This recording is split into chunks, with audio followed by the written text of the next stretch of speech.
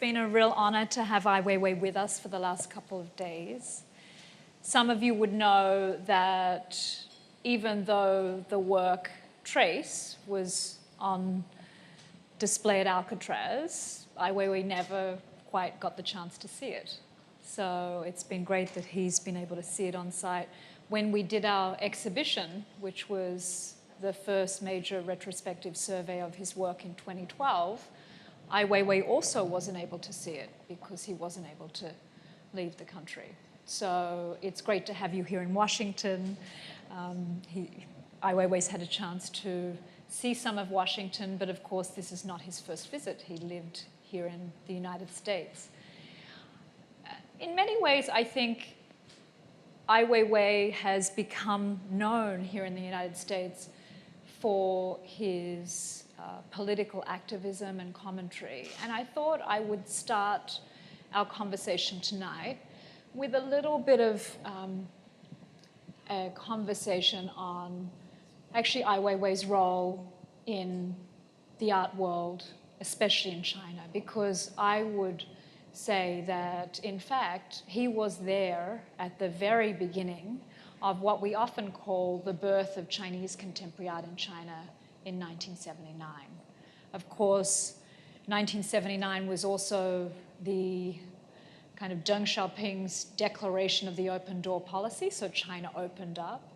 But it was also the year that a group of artists under the name of Stars or Xingxing kind of had their first avant-garde exhibition.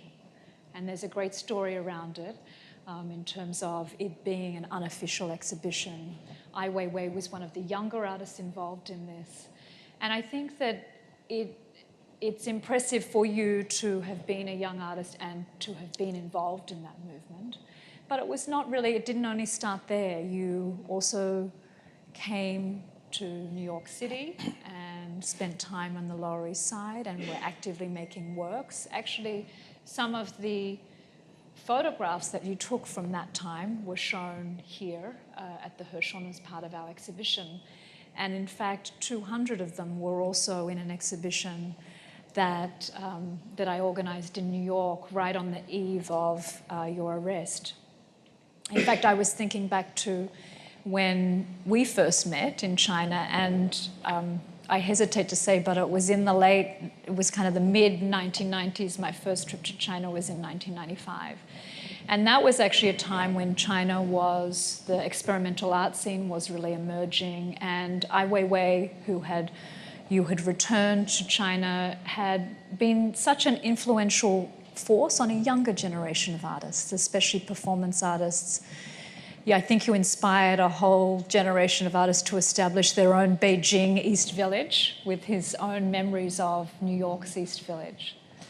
And then if we fast forward to even your role in curating exhibitions, especially the exhibition at the time of the Shanghai Biennale, you have, in fact, yes, you've made work, but you've always been instrumental in kind of convening other artists around issues and providing commentary. But I think it was also your comments around the 2008 Beijing Olympics and then following on the Sichuan earthquake that I think gave people some insight to your own political intentions that in a way went beyond the smaller art world avant-garde that we knew you well, and then that took you to, I think, a new audience that also allowed us to see your thoughts through social media, which is a much more recent phenomenon.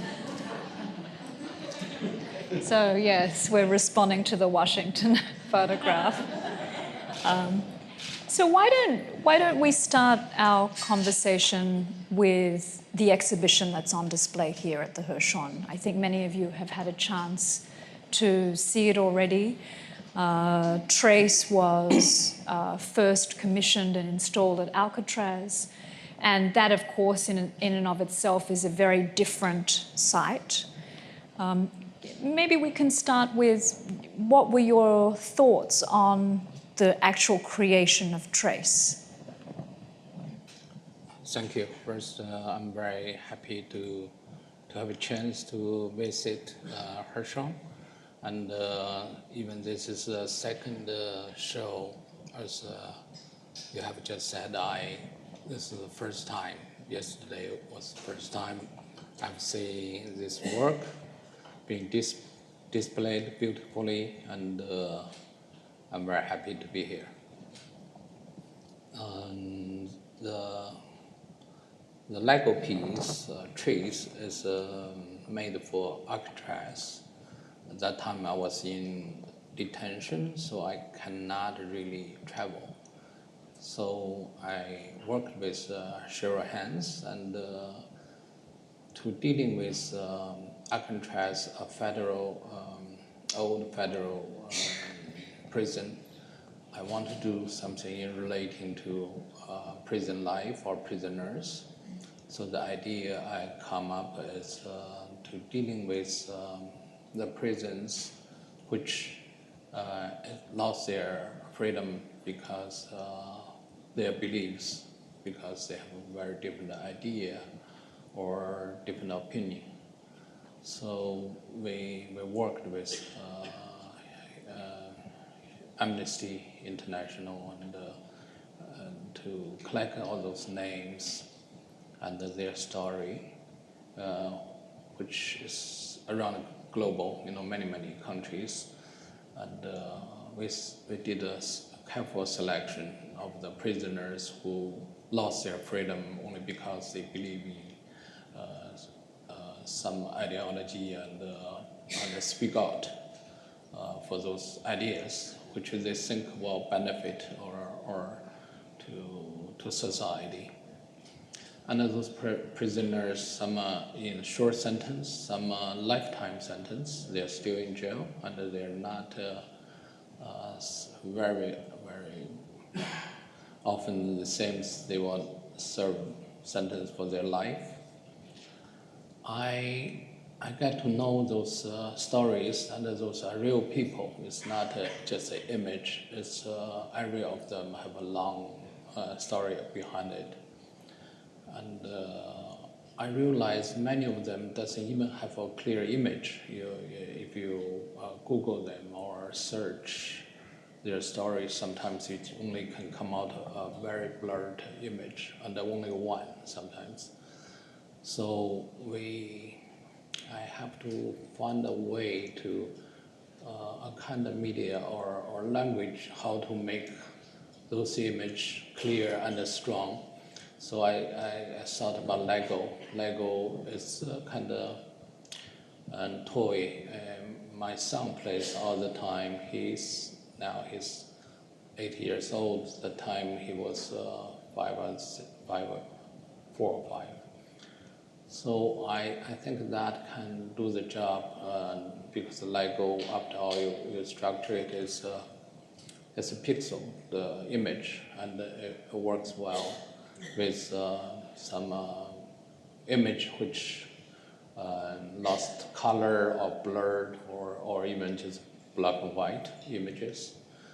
And then we try to make those images very clear and with a clear definition, but also reflects the culture and kind of geological background in relating to the different region and different religions background.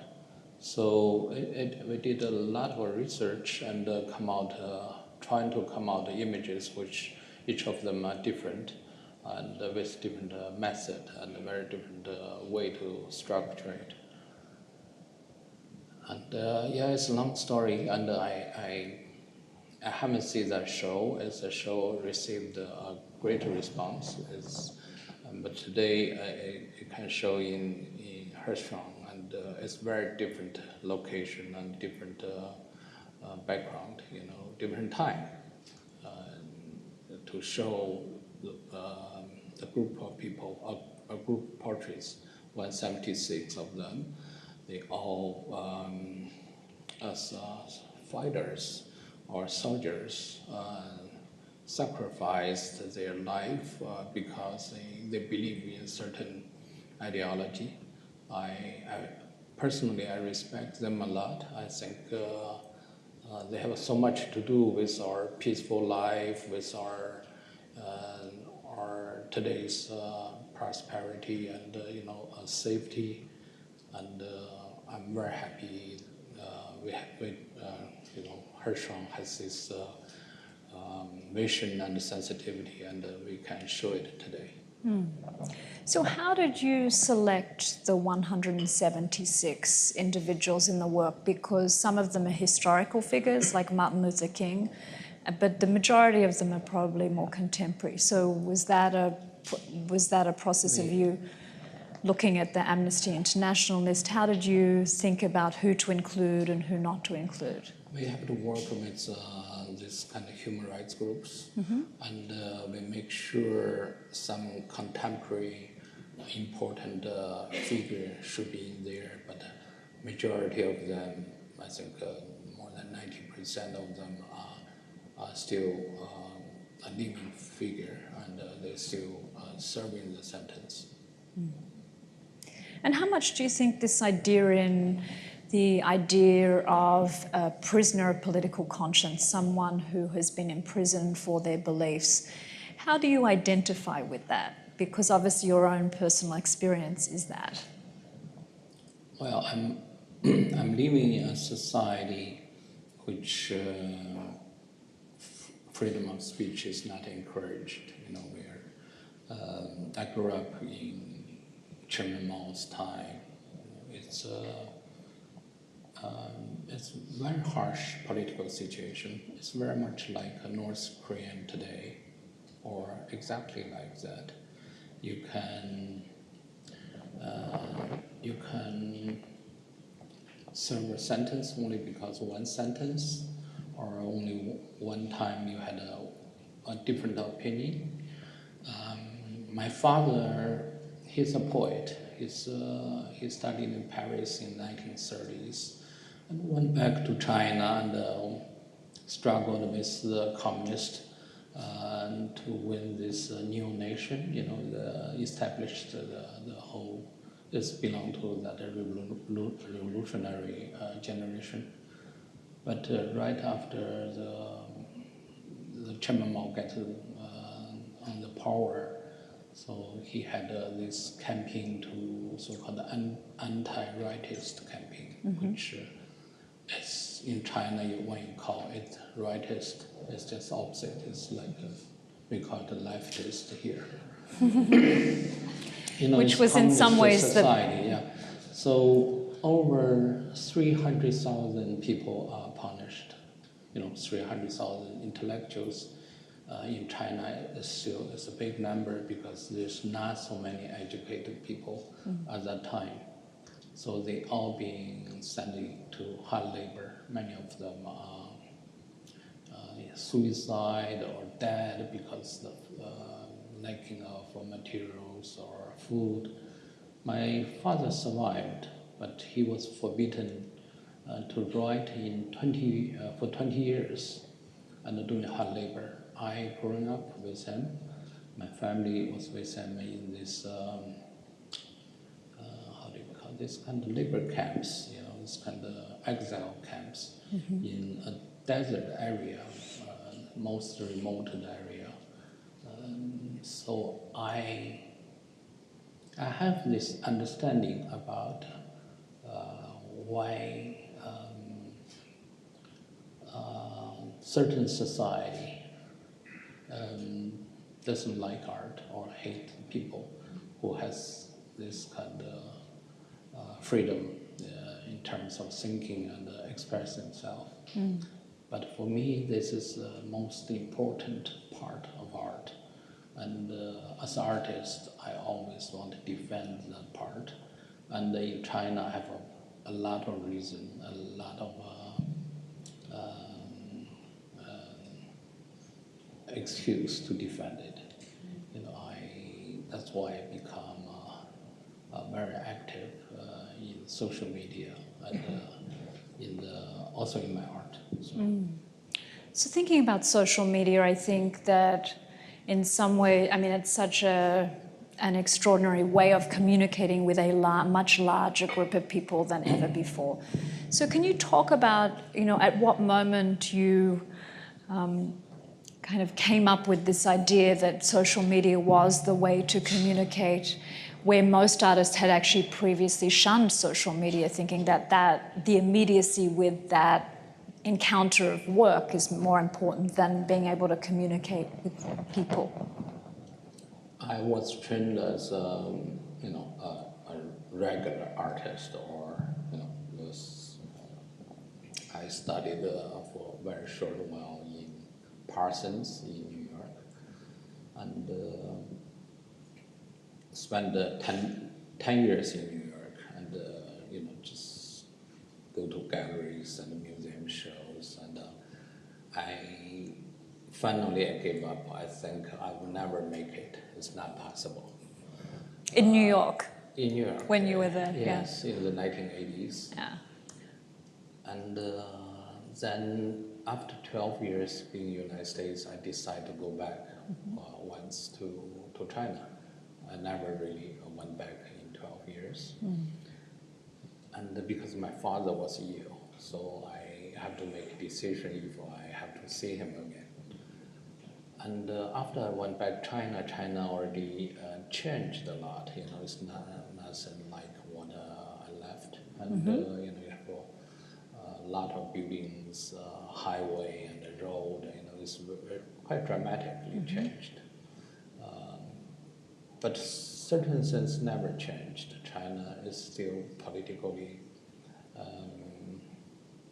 very uptight.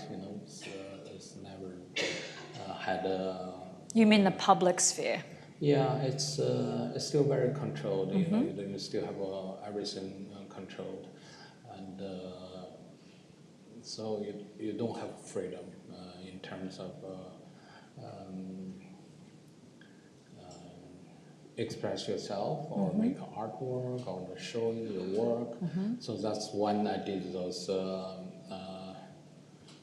underground magazines, or even in the 1994 yes. Black book. Yes, trying to make some platform for artists to communicate. So if I might just explain what this is, because it was a very radical idea in its time, which was a book that Weiwei and other artists got together, and it was a series of hypothetical proposals almost for very ambitious, mostly installation art or artist pages from books and things like that. And this was in an environment where there was no gallery system to speak of, and artists couldn't show their work in museums. And so they basically compiled their ideas in a book for distribution. And I remember going to Beijing and visiting the National Art Gallery. And on the steps of the National Art Gallery, I met an artist and they gave me this black book. And it was full of these amazing kind of propositions in an environment where they could never be realized other than outside of the country. Yeah, so for a long time, I never imagined China can actually to let me have an exhibition. So I did publication and organized some kind of underground shows in the 90s, and I started to have a lot of time, so I started collecting antiquity, the old jade or bronze, all those things. I become expert in that. And they were readily available at the markets and these kinds of antiquities. Plenty of them, and it's not very inexpensive. And then I got involved with architecture. I built my studio, which is very different building than the most existing architecture. So people recognize me as architect. So I got really involved with architecture. And from memory, it was quite austere.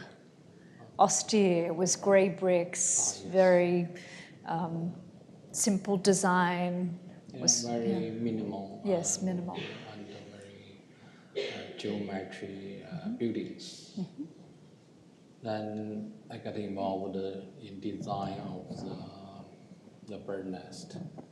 The national stadium for the Olympics, yeah. With Swiss architect, Demetrion, and you have a project with them right now at the Park Avenue Armory, a collaboration. Yes, I almost forget.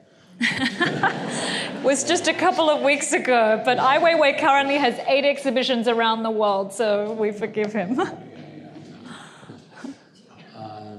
Get involved with. So how did that collaboration come about? Because I think for many people, that was an unusual collaboration for all sorts of reasons. It is very unusual because when before China had these Olympics, they decided to really have a real competition from international architectural world. Mm-hmm. So they not only invite the top architects, but also invite foreigners as jury, which is, they never do that because they always wanted Chinese to be the jury. So Chinese would always reflects the leader's idea which one to choose. Mm-hmm. You know.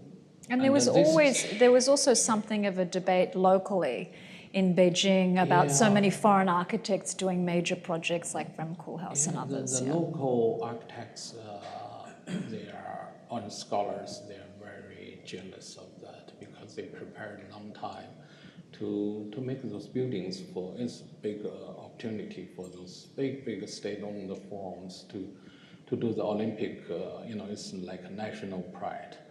But to give those most important buildings to foreign architects, which is unacceptable. But China, the top leader, made a decision: if we want to invite guests, we have to make something which can be acceptable and show some kind of openness and fairness. That's only very small gap.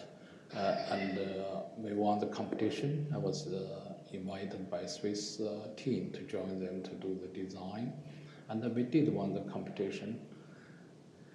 And even after we won the competition, still a lot of negative criticism about our design, and almost completely destroyed the design, only because the time frame is too urgent, so they cannot change the architects at the moment.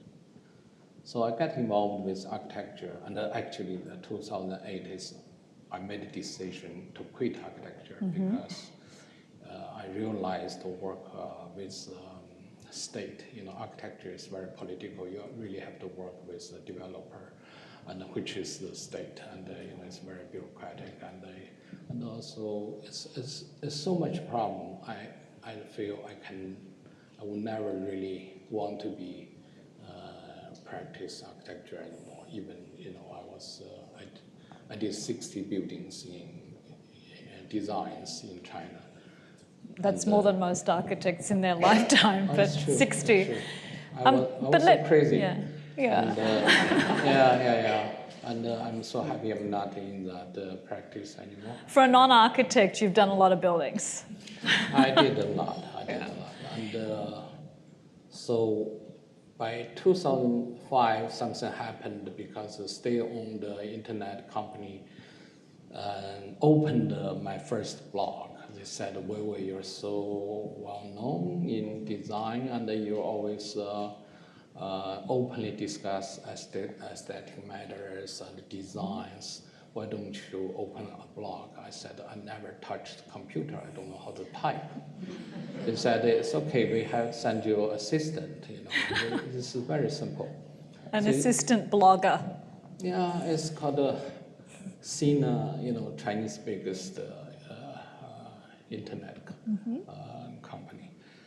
So they opened for me, and the first time I touched the computer and sent out one sentence, which took me a long time to see what I'm going to put on, and I got attracted to it.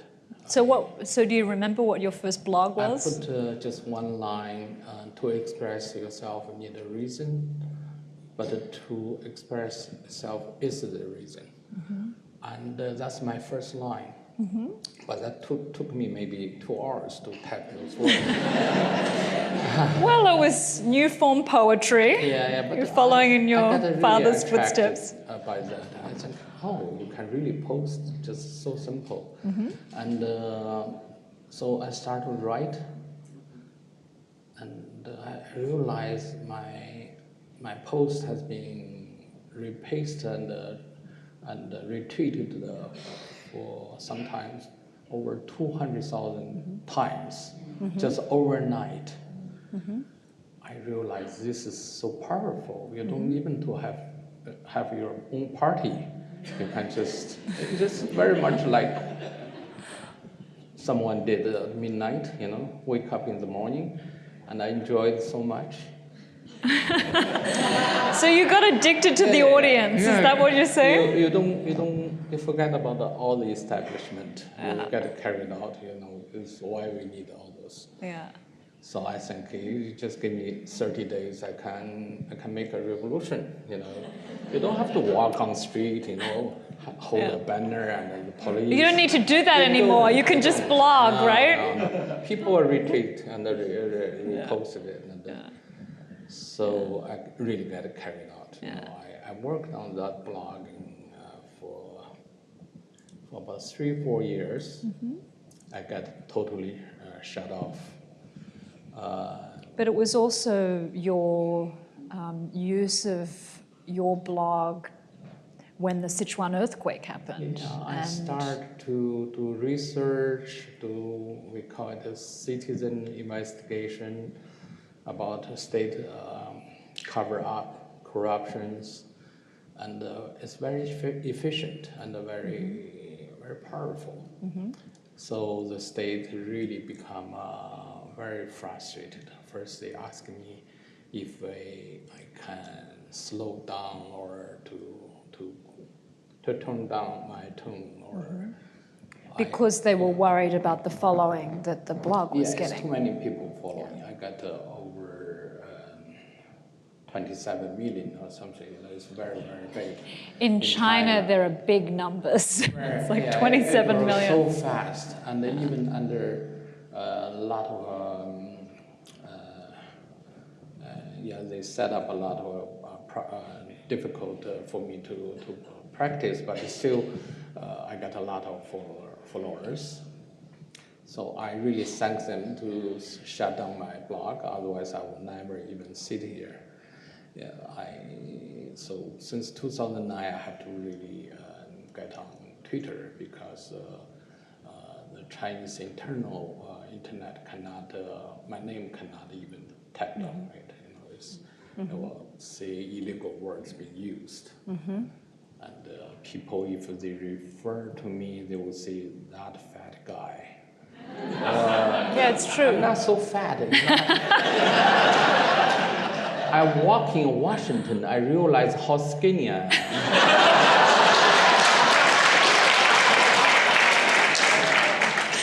I love this town, I really walk on the street with great confidence. And, you should stay here a little longer. I'm thinking about that. It's really, really nice. The day has been so beautiful for the last 3 days. The evening are so beautiful there. So, but I have to think about the following political career here. You heard it here first.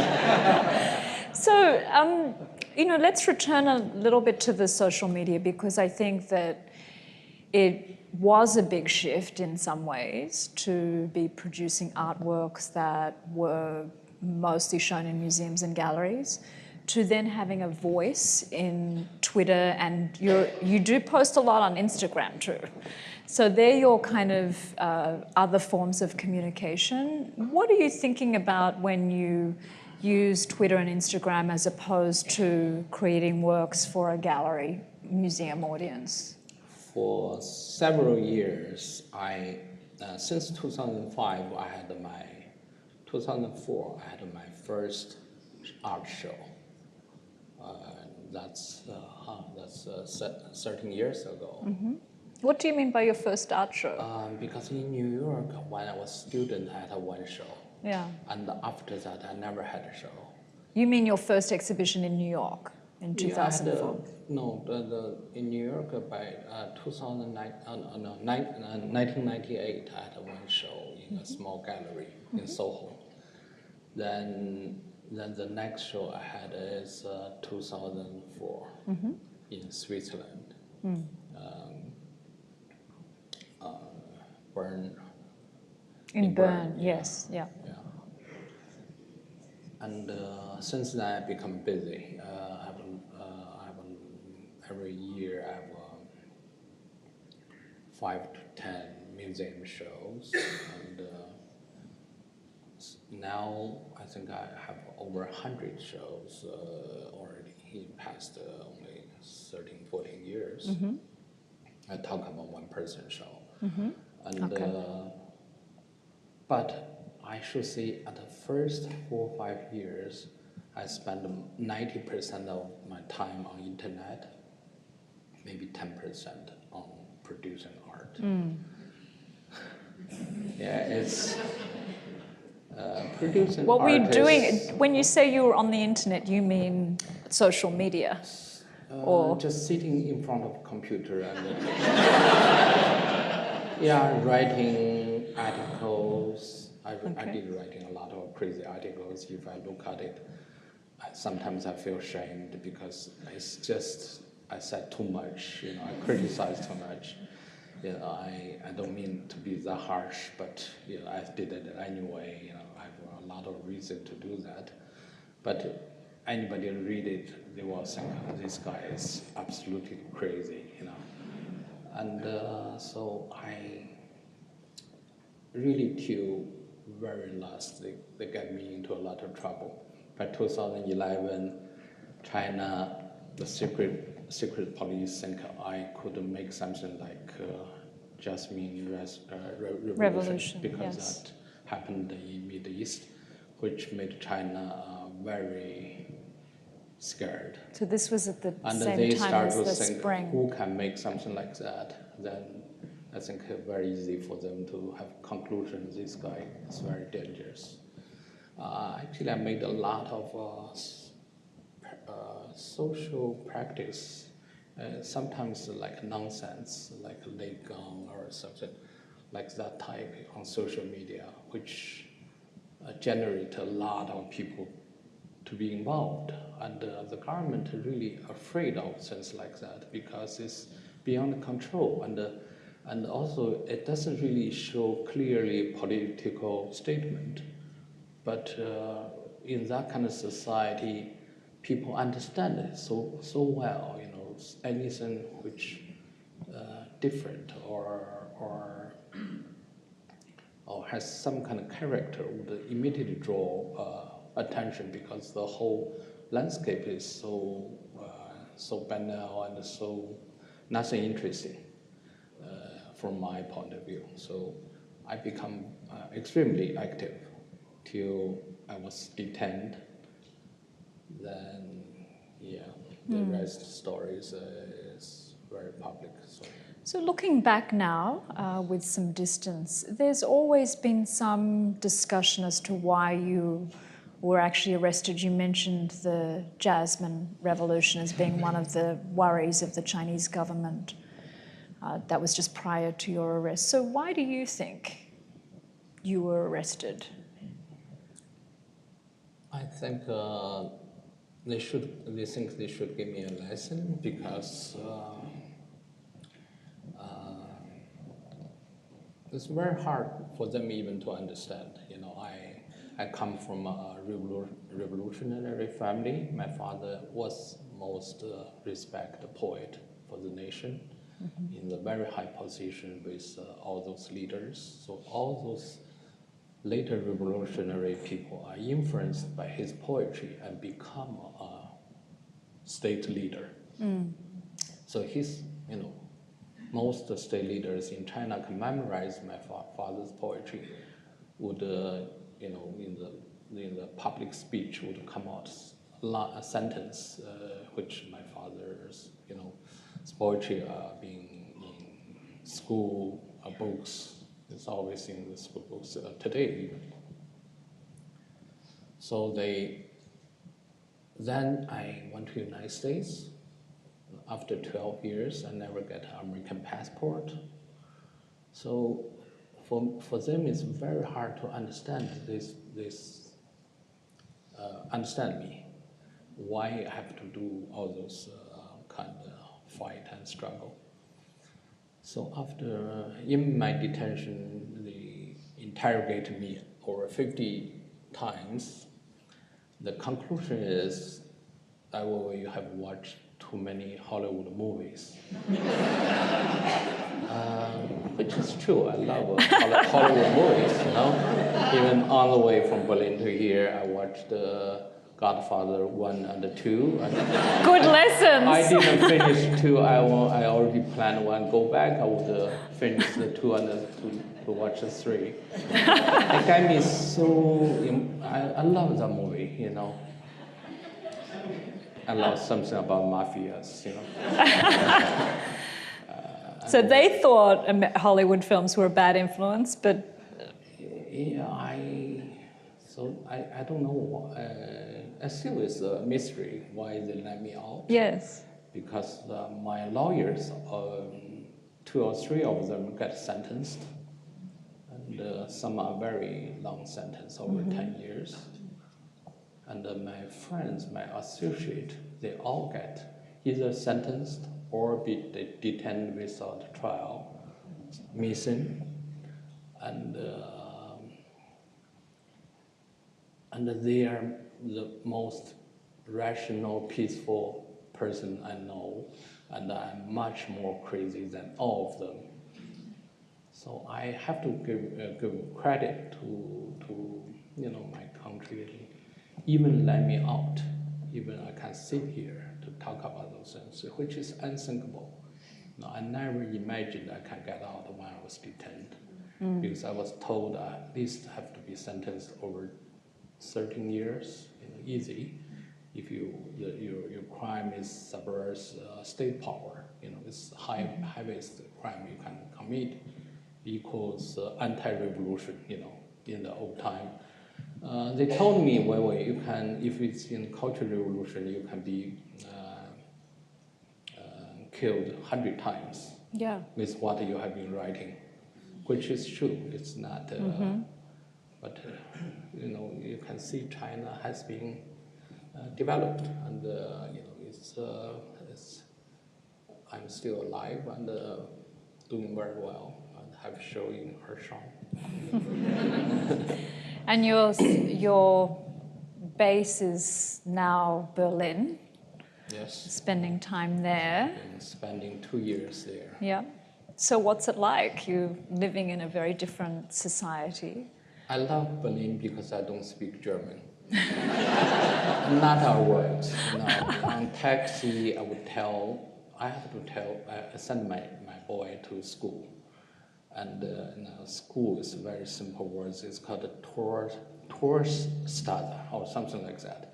So every time my son had to correct me because the taxi driver just refused to pull the engine. He's just sitting there. He would not understand my German. And so I gave up. I said, I'm not going to speak one word. Okay. And so I think I'm very privileged not to understand the language, because it gave me so much space. And for misunderstanding or not understanding? No, I don't even care. I stay in my studio. It's the largest studio. It's much larger than this. It could be size of at least 10 size of this. It's underground beer cellar. No Germans likes underground. So because their life more than half of the year, even you live above-ground, it still feels like underground, because you just simply get no sunshine there. The winter, the sky getting dark on 4 o'clock in the evening. So that's why I love when I see Washington D.C. you have sunshine like this. My God, this really, God bless America. We can quote you on that, right? Yeah. It's really, yeah. You think, oh my God, really, this is really American first. There's all the song first. And so since I don't speak German, I have no social life. I concentrate on my work, and I can do, 10, 20 museum shows a year, and which everything has its beneficial part. Yeah. So let's talk about your recent interest in the refugee crisis, because we know that you've focused on this. You're also you've made a film about it. So why don't you tell us how you kind of got interested? I mean, it is one of the largest issues in Europe currently. Yeah, before I got my passport, I heard so much about the refugee situation. So in China. You mean your German passport? No, my Chinese passport. I never had other passport. Chinese authority took my passport away. Then they reissued a new one. They gave back to me 2015. But before that, I heard the refugee situation. So we sent 2 of my colleagues to Iraq in the refugee camp. I designed a question that, because I cannot travel, I said, can we just interview them? So we interviewed over 100 refugees in Iraq, and just to find out who they are and why they have to stay in refugee camp, and how long they will stay there, where they're trying to go. I mean, what's the end of it? So I got a little bit of understanding about those people. So when I had a chance to travel to Germany, Germany gave me a professorship there, so I can teach in art school. And I have this luxury studio there. And one day I found out their refugees come to Berlin. So I told my friends, I said, can you bring me to those camps? I want to meet them. She's a volunteer, she's a doctor. She said, she hesitated, said, why you want to see them? I said, yeah, it's just, I just want to see what's that look like. So we went to this camp. Where was the camp? The real reason why I want to see them is when we made this question at where they want to go, they all said Germany. I said, why Germany? I have no understanding. And so a lot of curiosity. So I went to Berlin, the camp. So then I have more, once you get involved, you have more curiosity and they want to know more. They're all Syrians. And that's almost, so by Christmas of 2015, I told my son, I said, Germany is too dark, let's go to Lesbos, go to Greece, there's a lot of sunshine. So my intention was to bring them to refugee, this island, have over 500,000 Syrian refugees landed on this very little island, the most beautiful island, I should say, is all the Greek mythology come from there, and the early poet and philosophers all come from that area. So I brought my son to refugee camp. We met real refugees. We drove on the beach, and it's so beautiful. The day just like Washington today, and the ocean are so blue. Then you see a boat coming. Then you see those people. When you really see them come down, you will never forget. Children, women, pregnant lady, elderly people, they climb down off those this kind of boat, rubber boat, and then you look at them. So I started recording with my iPhone, because it's, you hear about snake. It's very different from you really see a snake. It's very, very different. So that's so shocking. So that moment I said, why I need a studio in German, in Berlin. I should have a studio on this island, so I can learn so much more and I can experience so much more. So we decided to have a studio in there. I called my studio, I have a lot of assistants. I said, just move over, And then we started to do film recording.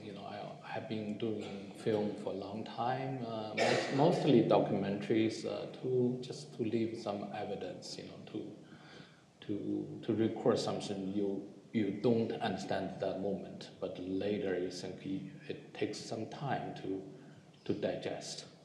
So we did a lot of recording.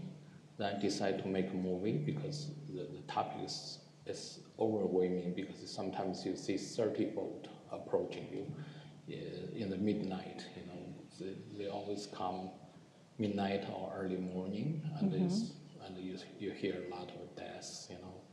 In that year, I think over 2,000 or 3,000 people drowned, and you see bodies, and you see graveyard. Then it's very hard to imagine it's in Europe. When they come down, there's nobody help them. There's absolutely nobody except the volunteers, and they live in the dark tents, wet, and it can be cold at night. No light. Nobody give them a cup of tea or something necessary to survive. And those people are very quiet. Their children even doesn't cry. It's very, very surreal picture. Almost half of them are babies. And many babies are being put on the boat. The parents are not there because they cannot pay the smugglers. So they let the baby just landed or disappeared. Many like that. And sometimes certain things you really should not know. If you know it, you're there, then it becomes a challenge. It becomes a moral challenge. I said, I have to be involved to know more. So that brought me to Turkey, then brought me to Lebanon, Jordan, Israel, Gaza, and Kenya, and many other locations. We visited about 40 camps. I interviewed hundreds of people, from politicians to smugglers to grave diggers, to all the kind, and of course a lot of refugees. And our team started to go to Iraq, Afghanistan, Pakistan, all those war zone area. So we have a film made, and a film called Human Flow is going to come out in 2-3 months, globally distributed, cinema film. And it's my personal journey, to understand this refugee issue. Also, I went to Mexico-U.S. border, and to shoot there. So I know today you had a chance to meet with some of our Art Lab teens, part of our education program, and I wonder what advice you would give to young aspiring artists today. In your gallery, I met a lot of beautiful kids, but very often, because my son is in school now, he's 10 years old, he's in international school. Oh, he's 8 years old, I'm sorry. I really wish him can grow faster. Wishful thinking. Yeah, it's still 2 years to become 10 years old. Then I realized he have to have another 15 or 20 years in school. I really think that is really a problem, Why? Because as human, we really spend the most time in school. Most are young in school. Youth, yeah. And they all teach same thing, and they all make you very, to tell you you can really compete and you become a a real person after this study. And I really think this could be a problem because it's too long, you know. I never finished my university, you know, forgive me say it like that, but I couldn't, I hate campus. I hate a group of people behave the same, you know, I just don't like it, you know, I think something wrong with it, you know, but forget about it. I just told them, use the money to travel and go to the place your parents never went, and you know, to tell them stories, what you have seen, you know, I think that's more important. And learn a little bit of skill, you know how to cook, or you know, to wash dishes, or you know, to make a fire or something. The more mundane things in life. Yeah. So I think that brings us to the end of our talk together. Weiwei, So do you short. It was an hour. We should stay on, perhaps. Okay. But let me ask you this as the final question then. What do you think we should all be thinking about today in terms of a key issue? I mean, so much of your work are about issues. What do you think is the issue of this moment? The key issue.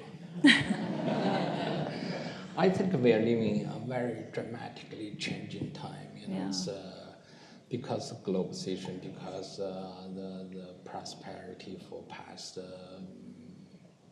many decades, and because internet it dramatically changes. It not only changes the political economic structure, but it also changes how we learn and how we get information and how we communicate. Those things we can never even imagine we can come to go so far and so fast, and every day it seems even more dramatic, you know, in the political sense, and so how to be prepared, I don't know. I think we have to trust our intuition, you know, and always focus on humanity. I think the only answer is to recognize we are human, and we have certain feelings or certain